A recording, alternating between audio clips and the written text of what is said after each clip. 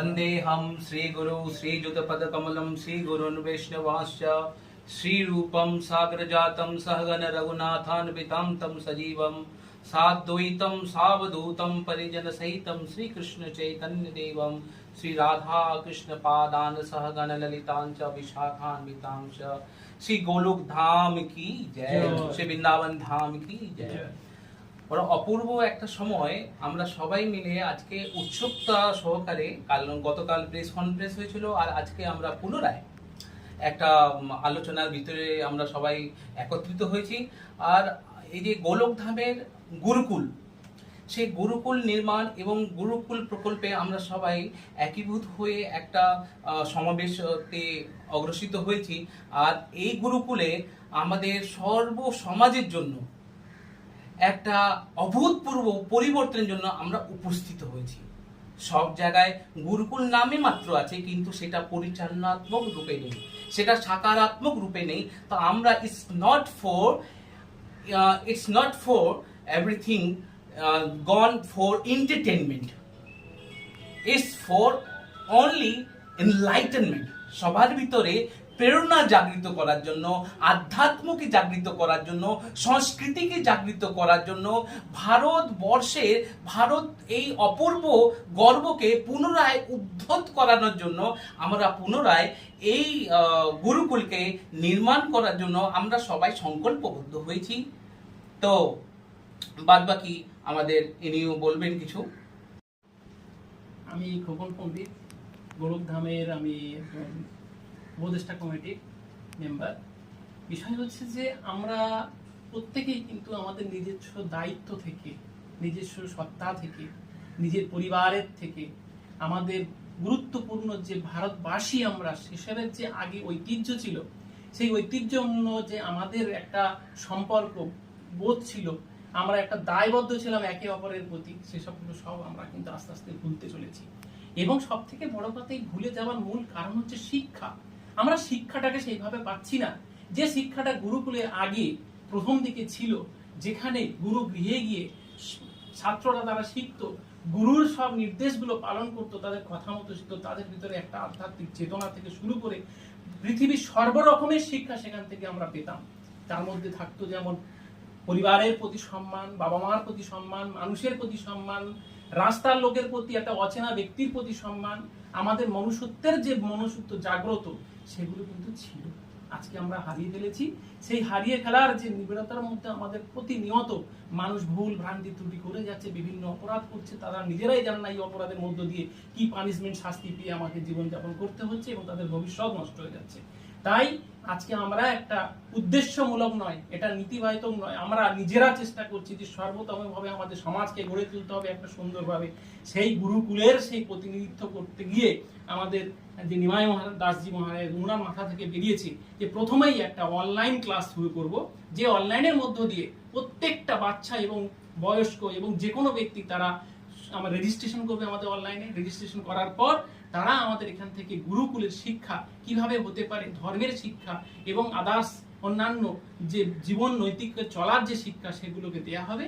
তারপর আমরা ঠিক করেছি যে আমরা যেখানে যেখানে আমাদের বেশি রেজিস্ট্রেশন হবে, সেই রেজিস্ট্রেশন যেখানে হবে সেখানেই আমরা একটা করে ছোট্ট ছোট্ট আবাসিক স্কুল করব এবং সেখানে গিয়ে আমাদের একটা প্রতিনিধিত্ব করে সেখানে গিয়ে দেখবে সে রেজিস্ট্রেশনের মধ্য দিয়ে এখানে অনেকগুলো ছেলে তারা রিক্রুটমেন্ট এখানে আবাসিকভাবে পড়াশোনা করতে চায়। সেই আবাসিকভাবে যখন পড়াশোনা করবে, আমরা দেখবো যদি 100-200 বেশি হয়ে যায়, আমরা সেখানে একটা জায়গা কিনে একটা বিল্ডিং বানিয়ে সেখানে আবাসিক স্কুল স্থাপন করব। এই উদ্দেশ্য নিয়ে আমরা এগিয়েছি।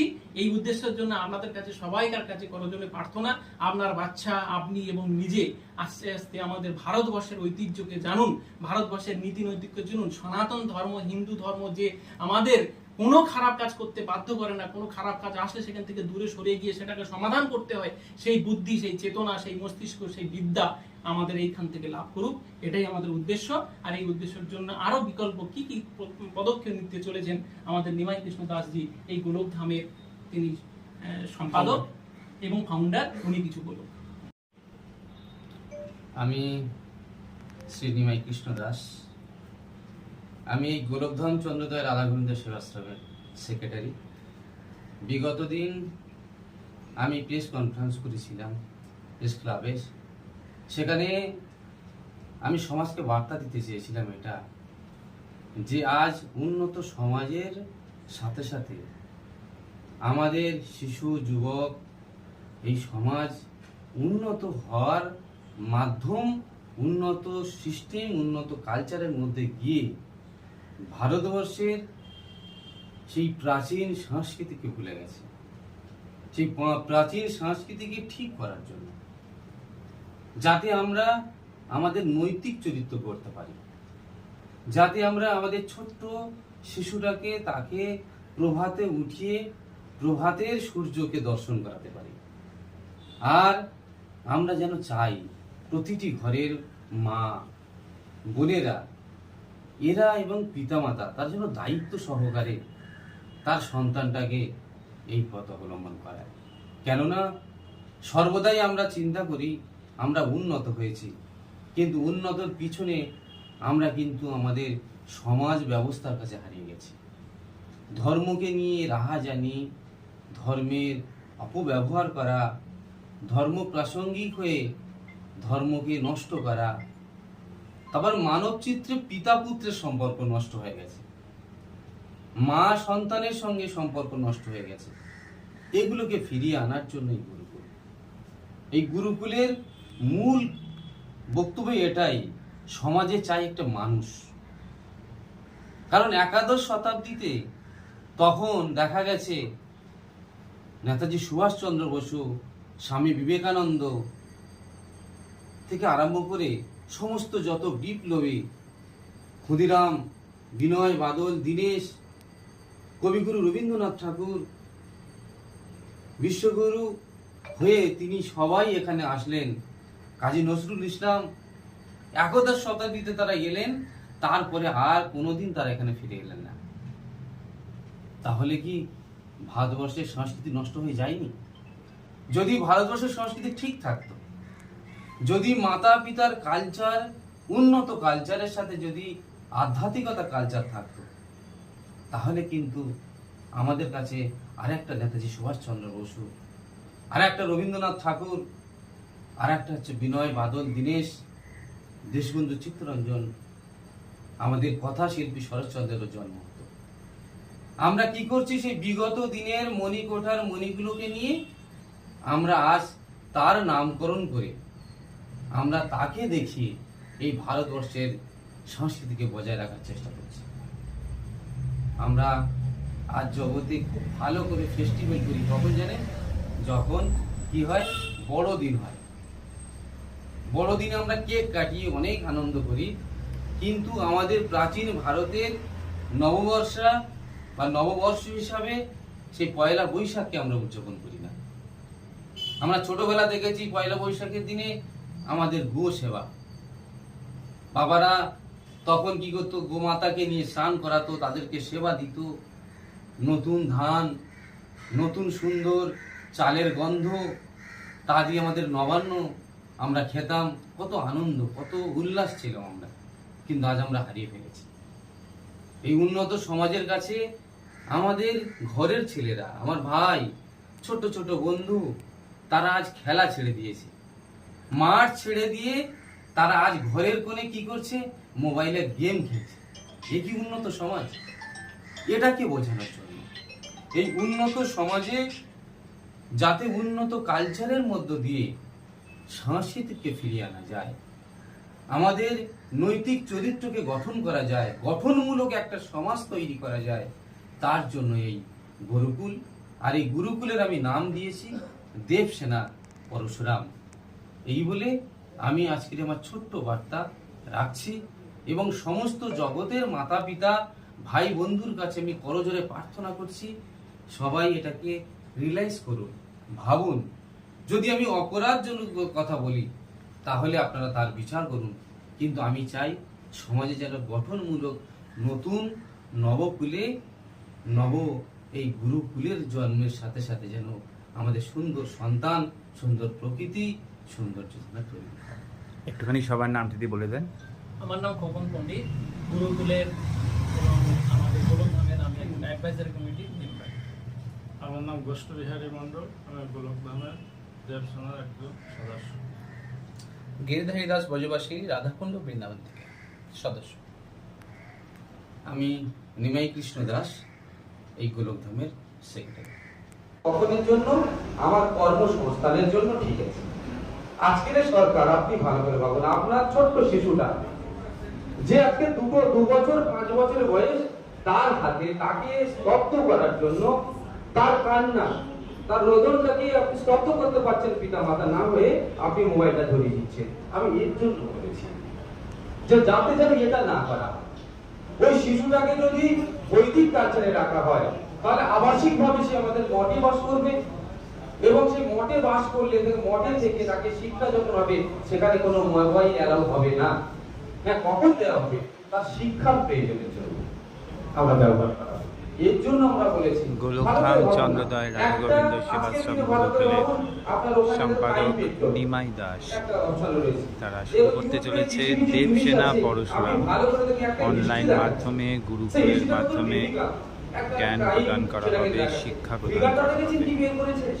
সেই ঠিকাটাকে আপনি বলুন, সেটা কি স্বাধীনতা বোধ আছে? সেটা আমি দেখছি, আমার সন্তান দেখছে, আমার স্ত্রী দেখছে। আমি এখানে জন্য বলছি সময় মেনটেন করুন, সময় অনুসারে তাকে ব্যবহার করুন। মোবাইল কেন ব্যবহার করবে না? মোবাইল ব্যবহার করুন। আজকের বিজ্ঞান এসেছে, কিন্তু বিজ্ঞানটা কখন এসেছে? কোথা থেকে বিজ্ঞানটা এসেছে? এই আধ্যাত্মিকতার মধ্যে থেকে বিজ্ঞান এসেছে। জ্ঞানের আলোর প্রকাশ পেয়ে বিজ্ঞানের জন্ম হয়েছে। তাহলে সেখানে সময়ের সাথে সাথে আমাকে চলতে হবে, সময়ের গুণই আমাকে চলতে। আমরা সময় ওভারটেক করে চলেছি। আমার ছেলে ছোট্ট ছিল, তাকে মোবাইল ধরিয়ে দিয়েছি। কেন? আমি নিজেই ব্যস্ত মোবাইল, আমি মোবাইল দেখবো, আমি কর্ম ব্যস্ত থাকবো, সন্তানের হাতে মোবাইলটা তুলে দিয়েছি। এটা কি ঠিক? এই নৈতিক বিচারটা নিজেকে করা দরকার। সন্তানকে যদি এটা থেকে রাখে রাখে, সময়ের সঙ্গে যদি তাল মেলায়, তাহলে সুন্দরভাবে চলবে। আচ্ছা, এটা গুরুকুল মধ্যে আপনারটা কোর্সটা কি থাকবে এখানে? গুরুকুল মধ্যে তো আপনারটা গুরুকুল যে বলছে যে বোঝা যায় আমরা পুরাতন, ওখানে অর্থ শাস্ত্র, রাজনীতি, সাফ সাফাই, যেটা আপনারা আগেই দেখিয়ে ওখানে যেটা ছবি আছে, আপনি যেখানে বসেন ওখানে সাফ সাফাই করুন, এটা আগে শিক্ষা দেওয়া হয়। তো আপনারটা কি এরকম গুরুকুল? হ্যাঁ, গুরুকুলের বৈদিক শিক্ষা তো থাকবে, কিন্তু সবার আগে এখনকার যে পুঁথিগত শিক্ষা, যে শিক্ষা আমার প্রয়োজন আছে, সেই শিক্ষার সাথে সাথে আমরা সেটা তো আলাদা জায়গায় পড়ে স্কুলের ব্যবস্থার সাথে আমরা যোগাযোগ করছি, সেখানে পড়াশোনা করবে, সঙ্গে সঙ্গে বৈদিক শিক্ষা তাকে সবার আগে সকালে তাকে বোঝানো। আমরা সকালে বাচ্চাটাকে বোঝাচ্ছি, পিতা মাতা দিয়েছে শাস্ত্র উপনিষদে বলছে উৎকৃষ্টত জাগ্রত বলিষ্ঠ বলিষ্ঠতা সুরস্থ ধারা নিশ্চিত দূরত্ব। আমরা সকালে উঠতে ভুলে গেছি, প্রভাতে আমরা ঘুম থেকে উঠতে ভুলে গেছি। ছেলেরা যদি উঠতেও চায়, কেঁদে ওঠে, মা চাপড়ে ঘুম পাড়াচ্ছে, ঘুমিয়ে যায় 8টার সময়। তাহলে 8টার সময় এই ছেলেটাকে আমি ঘুম থেকে ওঠাচ্ছি, কিন্তু সকালে সেই যে আমাদের ব্রহ্ম মুহূর্তে ওঠা, সেটাকে আমরা ভুলিয়ে দিচ্ছি সন্তানকে। তাহলে এগুলোকে শেখাতে চাই। তাহলে আমার যদি যখন আবাসিকে থাকবে, তখন আমরা ব্রহ্ম মুহূর্তে তাকে তুলবো, তারপরে তাকে মেডিটেশন করাবো, তারপরে তাকে কিভাবে সূর্যকে প্রণাম করতে হবে, তারপরে আছে ভগবানকে। আমি ভগবানের দীক্ষা নিয়েছি, এটা আমার নিজের ব্যক্তিগত মনে করি। আমরা ভগবানকে আমরা রিয়েলাইজ করছি, দেখছি, কিন্তু বলুন তো এখানে এই জগতে আমাদের প্রত্যক্ষ ভাবে ভগবান রয়েছে, তাকে তো প্রণাম করতে পারি। যিনি সত্য দেখলেন, তেতা দেখলেন, দাপর দেখেছেন এবং কলি দেখছেন, সেটাকে সূর্য দেবতা। সেই সূর্য দেবতাকে সকালবেলা আমরা প্রণাম করতে পারি, কিন্তু আমরা করছি না। শিবকুমার সাহা, কেন করছি না? প্রাক্তন আইপিএস। আপনি লাইটটা জ্বালিয়েছেন, ভগবত মহারাজ 1 ঘন্টা পর, 5 ঘন্টা পর, 1 মাস পরে লাইটের বিলের পয়সা আপনাকে জমা দিতে হবে।